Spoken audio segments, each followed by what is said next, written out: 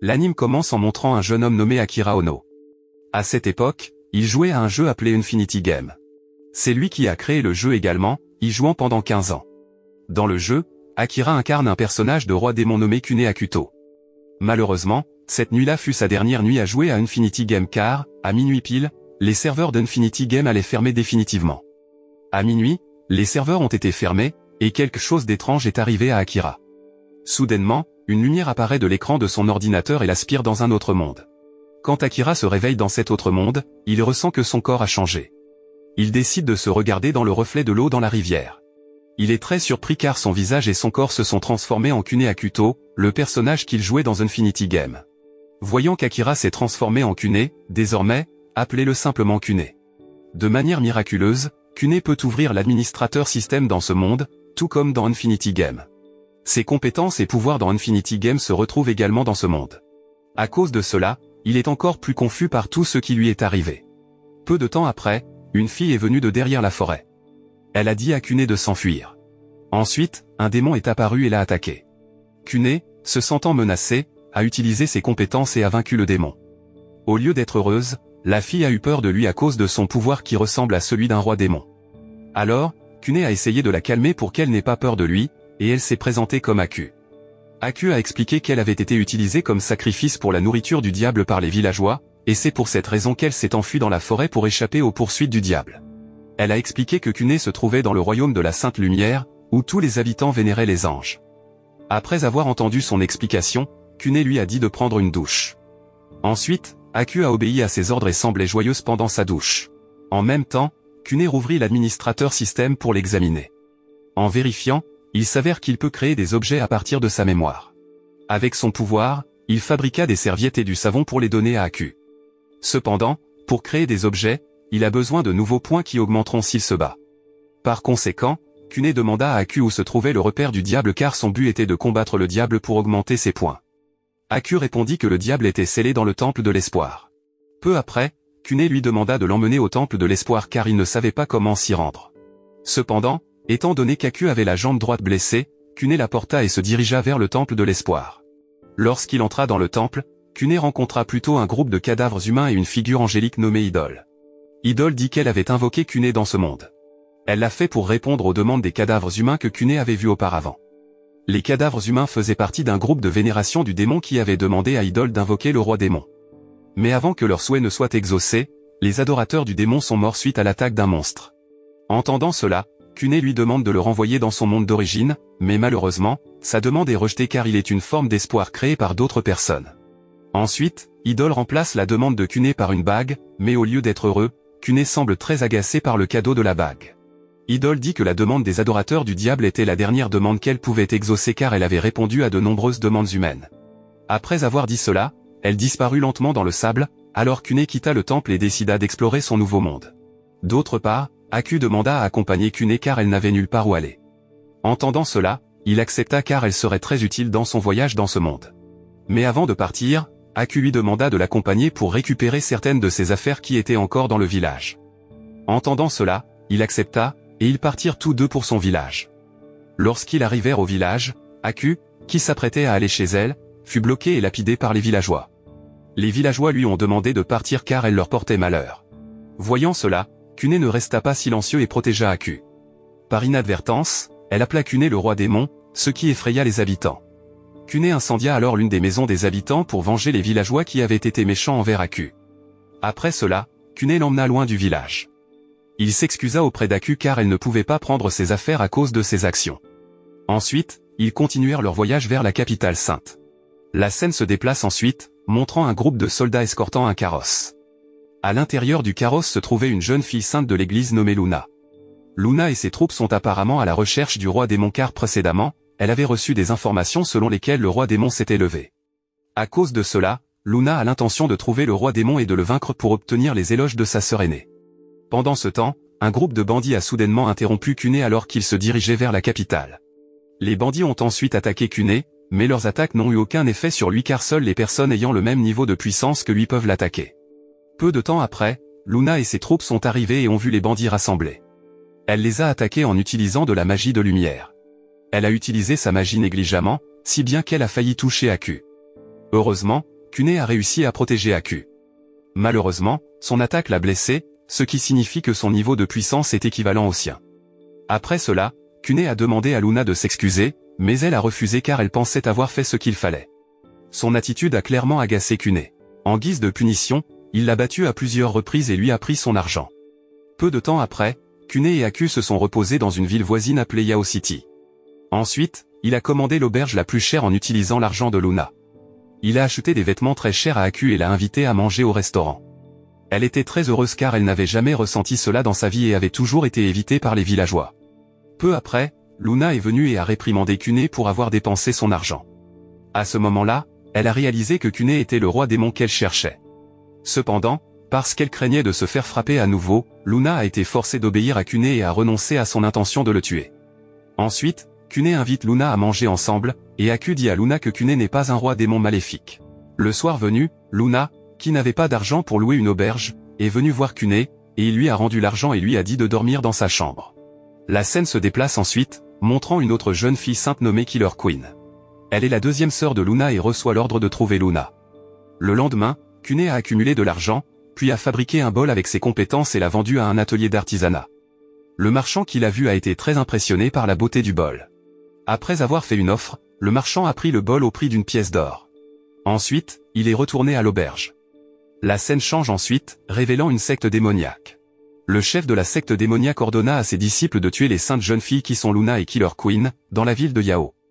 À Yao, alors qu'il retournait à l'auberge, Kune vit Killer Queen crier après Luna depuis l'extérieur de l'auberge. Peu après, Luna arriva et expliqua qu'elle avait quitté la capitale pour vaincre le roi démon, mais cette raison était contestée par Killer Queen car elle ne croyait pas en l'existence du roi démon. Alors qu'elle se disputait, des adorateurs du démon attaquèrent soudainement Killer Queen avec des attaques magiques. Heureusement, elle put facilement repousser les attaques magiques. Cela effraya les adorateurs du démon. Ensuite, Luna riposta aux attaques des adorateurs du démon avec de la magie de lumière, et sa magie réussit à blesser plusieurs sorcières. Se sentant acculé, le chef des adorateurs du démon sortit son meilleur atout, un coffre. Quand il fut ouvert, le coffre libéra une substance noire visqueuse appelée Naraku, dont le pouvoir peut absorber l'énergie de Luna et de Killer Queen, les épuisant ainsi. D'autre part, Kune voulait aider Luna, mais soudainement sa bague s'anima. La bague émit une énergie sombre et rendit son corps incapable de bouger. Kune, acculé et n'ayant pas d'autre choix, finit par changer de personnage de sorte que la lumière émergea de son corps et le transforma en un personnage nommé Zero. Sans plus attendre, Zero anéantit la secte des adorateurs du démon avec une compétence d'attaque de vague de dragon. Killer Queen, qui vit son pouvoir, en fut fascinée et tomba amoureuse de lui. Après que le combat prit fin, Luna décida de partir avec Kune et Aku tandis que Killer Queen retourna à la capitale. La scène change, montrant la guilde des aventuriers dans la capitale. Deux jeunes filles aventurières, Yukikaz et Mikan, recherchent une mission. Là-bas, elles acceptent toutes les deux la mission de tuer le Sandwolf dans le désert. Quand elle voulut partir en mission, Yukikaz vit une affiche de recherche du roi démon avec le visage de Kune, mais elle ne le remarqua pas et se concentra davantage sur sa mission.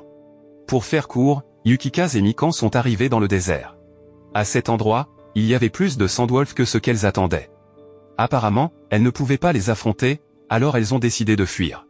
En même temps, Kune, en route dans le désert, a décidé de s'arrêter et de se reposer. Mais peu de temps après, soudain quelqu'un a crié, et il s'est avéré que Yukikaz et Mikan étaient poursuivis par des Sandwolf. Voyant cela, Kune n'est pas resté silencieux et a tué les Sandwolf avec ses compétences. Après cela, il a averti Mikan et Yukikaz de toujours être prudentes. À ce moment-là, Mikan avait l'air très surprise car son visage ressemblait à l'affiche précédente du roi démon, tandis que Yukikaz était fasciné par ses capacités. Entendant les paroles de Yukikaz, Mikan se sentait étrange car Yukikaz était en réalité un garçon, pas une fille, même si son apparence ressemblait à celle d'une fille.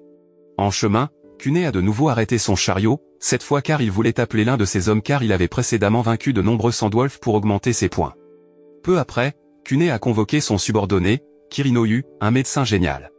Il a appelé Yu parce qu'il voulait établir une base dans ce monde. Ensuite, lors de sa première mission, il a ordonné à Yu de soigner la jambe blessée d'Aku, et Yu a réussi à la guérir. Ensuite, ils ont pu poursuivre leur voyage grâce au pouvoir de la main de Yu. En chemin vers la capitale, Kune a traversé un village pauvre et la terre était très sèche. Le village s'appelait Rabi Village, et la propriétaire était Luna. L'église le lui avait donné, mais le village était devenu négligé car elle ne pouvait pas le diriger. Ensuite, Kune a demandé la permission à Luna de construire son quartier général dans le village de Rabi. Luna l'a autorisé, mais à la condition qu'il partage ses bénéfices avec elle, et il a accepté et promis d'améliorer l'économie du village de Rabi. La première chose que Cuné veut faire est de construire un hôpital et une entreprise de sources chaudes, mais avant de commencer son entreprise, il prévoit de s'attaquer à la sécheresse dans le village de Rabi. Pour surmonter cela, Cuné est allé au puits principal du village de Rabi, mais quand il a vérifié le puits, il était très sec et n'avait plus d'eau. Ensuite, il a surmonté la sécheresse en créant une poulie magique avec ses points de compétence. Après avoir obtenu la poulie magique, il l'a installée tout en expliquant que la poulie magique continuerait à produire de l'eau même si le puits était sec. D'autre part, Luna a ri de Cuné pour avoir installé une poulie dans le puits sec car elle pensait que ce qu'il faisait était futile. Cependant, son point de vue a changé après avoir vu Aku prendre de l'eau du puits sec ensuite. Les habitants du village de Rabi ont été très surpris par l'incident. Peu après, Cuné leur a ordonné de garder la poulie magique secrète afin que les gens ne se battent pas pour elle.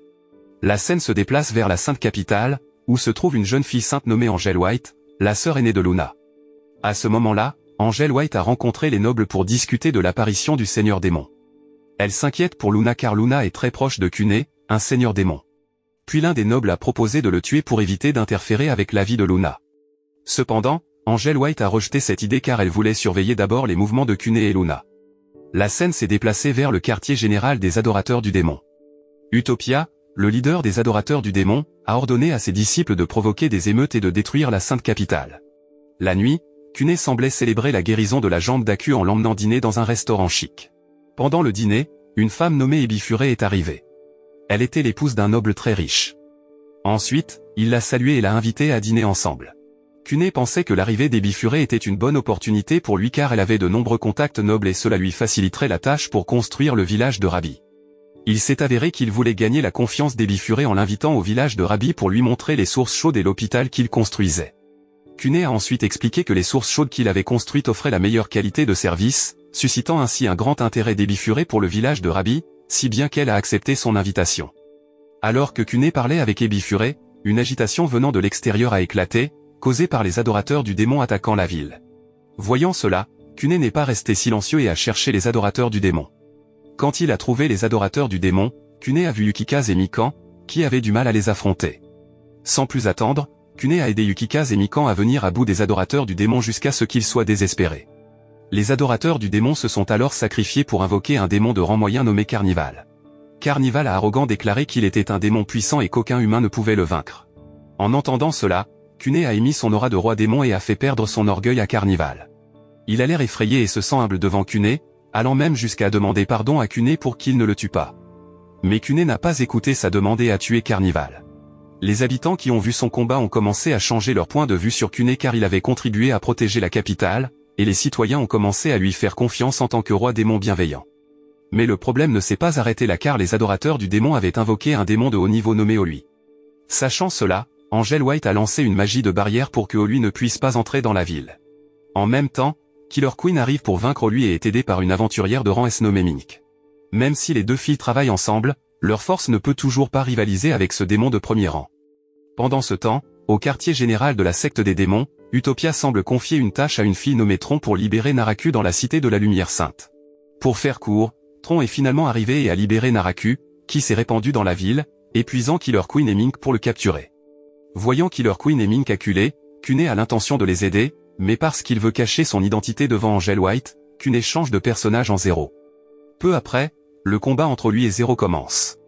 Olui tente de l'attaquer, mais il riposte en lui donnant un coup de pied sans difficulté et continue de battre Olui. Même Zero considère l'attaque d'Olui comme une attaque ludique. En entendant cela, il est furieux et ne veut clairement pas perdre face à Zero. Il a alors attaqué Tron et a aspiré son sang pour augmenter sa force. Tron, qui était mourante, a été aidée par Zero en lui donnant un objet de guérison, de sorte que la plaie sur son corps a pu guérir rapidement. D'autre part, grâce au sang de Tron, Olui a réussi à retrouver sa force. Il a utilisé toute sa puissance pour se transformer en une forme monstrueuse. Cependant, la transformation d'Olui n'est pas un gros problème pour Zero car, avec son coup d'énergie interne, le corps d'Olui est instantanément détruit. Ensuite, Killer Queen, qui a été sauvée pour la deuxième fois par Zero, en est devenue encore plus éprise. Après que la ville se calme, Zero reprend le mode de personnage de Cuné et rencontre Angel White pour la convaincre qu'il n'est pas un roi démon maléfique. Il lui demande la permission de lui emprunter la bibliothèque de la ville pour qu'il puisse trouver des informations sur son nouveau monde. Ensuite, Angel White lui a permis d'entrer dans la bibliothèque de la ville, ce qui l'a rendu très heureux. La scène montre Cuné et Aku en train de visiter la bibliothèque de la ville. Il lit un livre qui explique le donjon dans son nouveau monde. Le donjon contient des objets et des armes magiques rares. Sachant cela, Cuné a l'intention d'explorer le donjon car il veut trouver une armure qui puisse résister aux attaques magiques car il n'a pas de résistance aux attaques magiques qui n'existaient pas dans Infinity Game. Avant de décider d'aller dans le donjon, Cuné a décidé d'enquêter davantage sur le donjon d'abord.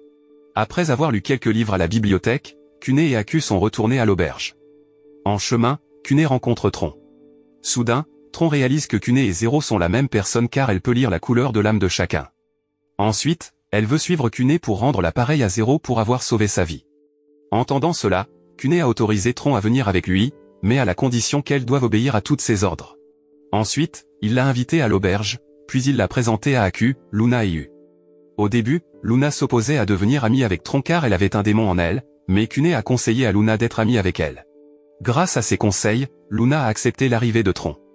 Après cela, Cuné et les autres se sont téléportés au village de Rabi. Après leur arrivée, Cuné et Yu ont commencé leur plan pour construire un hôpital. Peu après, Cuné a construit un hôpital avec ses compétences créatives, et après sa réalisation, il a vérifié les conditions à l'intérieur de l'hôpital. Il a ordonné à Yu de fixer des frais médicaux élevés pour les nobles et des frais réduits pour les gens ordinaires. Après avoir fini de construire l'hôpital, Cuné a créé une source chaude et a embauché 2 jeunes filles lapines ainsi qu'un villageois de Rabi pour être réceptionnistes et gardiennes des sources chaudes. Après que ces 2 entreprises aient été achevées, Cuné avait besoin de quelqu'un pour gérer ses affaires. Peu après, il a appelé son subordonné, Tahara. Il a expliqué à Tahara que son travail consistait à gérer le village de Rabi et à former les villageois pour devenir de bons travailleurs. Ensuite, il a présenté Tahara à Aku et aux autres. Le lendemain, Cuné est retourné à la ville de Yao pour commander des uniformes pour ses travailleurs. Il a commandé des légumes et de la viande pour ses besoins au village de Rabi. Ensuite, il est retourné pour rencontrer Ebifuré, qui visitait le village de Rabi. Ebifuré est venu avec son grand-père, Sambo, qui était autrefois soldat, mais un jour il a eu un accident en service qui l'a fait souffrir de dommages aux yeux, le rendant incapable de voir. Sachant cela, Cuné a proposé à Sambo de traiter ses yeux à l'hôpital et a dit qu'il avait des médecins très compétents. En entendant cela, Sambo était très enthousiaste. Peu après, Tahara et Cuné ont emmené Sambo dans la chambre de Yu. À cet endroit, Yu a examiné les yeux de Sambo et d'un seul coup d'œil, il a instantanément trouvé le bon médicament pour Sambo. Ensuite, il a fait couler le médicament dans les yeux de Sambo. Quelques instants plus tard, l'effet du médicament a réussi à guérir les yeux de Sambo, alors il avait l'air très heureux car il pouvait revenir à être soldat. En voyant Yu guérir les yeux de son grand-père, Ebifuré lui a payé en pièces Oli Lambda, la plus haute valeur nominale dans le royaume de la lumière sainte. Après cela, Cuné a invité Ebifuré à profiter des sources chaudes. Elle a été impressionnée par les installations de la source chaude, y compris les services offerts là-bas. Après avoir vu toutes ces choses, elle a décidé de travailler en collaboration avec lui. La scène se déplace ensuite vers la capitale. On voit Angel White avec Killer Queen. Angel White semblait de plus en plus méfiante envers Cuné car il pouvait facilement inviter Ebifuré à travailler ensemble. Alors que pour Angel White, il est très difficile de travailler avec Ebifuré. Peu après, Angel White s'est sentie confuse à cause de Luna, qui est soudainement devenue proche de Cuné. Elle a supposé que Cuné avait lavé le cerveau d'Ebifuré et de Luna avec de la magie noire. En tant que bonne sœur, Angel White prévoyait de sauver Luna, qui était au village de Rabi. Peu de temps après, Angel White est arrivée au village de Rabi et a rencontré Luna. Elle a dit à Luna de retourner à la capitale et a dit que Cuné l'avait trompée, mais Luna a refusé son invitation et a dit qu'elle était occupée à améliorer l'économie du village. Peu de temps après, Tron est venu demander à Luna de travailler à nouveau. Ensuite, Luna a ordonné à 2 jeunes filles lapines de conduire Angel White jusqu'à une source chaude. En entrant dans la source chaude, Angel White est accidentellement entrée dans la salle de bain des hommes. Dans la salle de bain d'Angel White, elle était très confuse en voyant toutes les installations là-bas, ce qui l'empêchait de deviner le véritable plan de Cuné. Lorsqu'elle voulait prendre un bain, Angel White a plutôt rencontré Cuné, qui était en train de se baigner. Cuné, qui a vu Angel White nue, a essayé de rester calme. Il a jeté une serviette à Angel White pour qu'elle couvre son corps, puis l'a invitée à se baigner avec lui. Après s'être calmée, Angel White a finalement demandé son but dans le village de Rabi. En entendant cela, Cuné a expliqué que le but du développement était seulement d'améliorer l'économie dans ce village. Soudain, Cuné a blâmé Angel White et a dit que les nobles de la capitale ne se souciaient jamais de leur peuple et ne pensaient qu'à eux-mêmes, laissant de nombreux villages négligés. Il a également expliqué que Luna et Ebifuré étaient proches de lui de leur propre volonté, et non parce qu'il avait utilisé de la magie noire. En entendant cela, Angel White s'est senti coupable d'avoir accusé Cuné de comploter le mal dans le village de Rabi. Pour réparer sa relation avec Angel White, Kune l'a raccompagnée à la Sainte Capitale en utilisant sa compétence de téléportation. Le pouvoir de Kune a surpris Angel White car seuls les anges pouvaient le posséder. Peu après, elle a demandé à Kune à propos de sa véritable identité. Kune a répondu qu'il était une personne invoquée par un ange, ce qui a surpris Angel White. Le lendemain, Kune est allé à la capitale pour en savoir plus sur le donjon. En se promenant, il a accidentellement rencontré Yukikaze et Mikan, puis il leur a demandé des informations sur le donjon. Peu après, Yukikaze a invité Kune à aller dans un magasin pour discuter confortablement. Au magasin, elle lui a offert une boisson. Après cela, Mikan a expliqué qu'il y avait différentes sortes d'armes rares et d'armures dans le donjon. Les objets sont regroupés en 5 niveaux allant de normal, solide, haut de gamme, unique et légendaire. Ensuite, Yukikaze a informé qu'un donjon était apparu au nord, ce qui a fait que Kune veut y aller. Ensuite, elle lui propose de l'Y emmener. Après avoir entendu son offre favorable, Kune permet à Yukikaze et Mikan de l'accompagner dans son voyage vers le nord. La nuit avant de partir, Kune a dit au revoir à Aku et aux autres. Le lendemain, Yukikaze et Mikan sont venus au village de Rabi pour prendre Kune, et avant de partir, il a confié le village de Rabi à Tahara et Yu. Ensuite, il est parti pour le nord.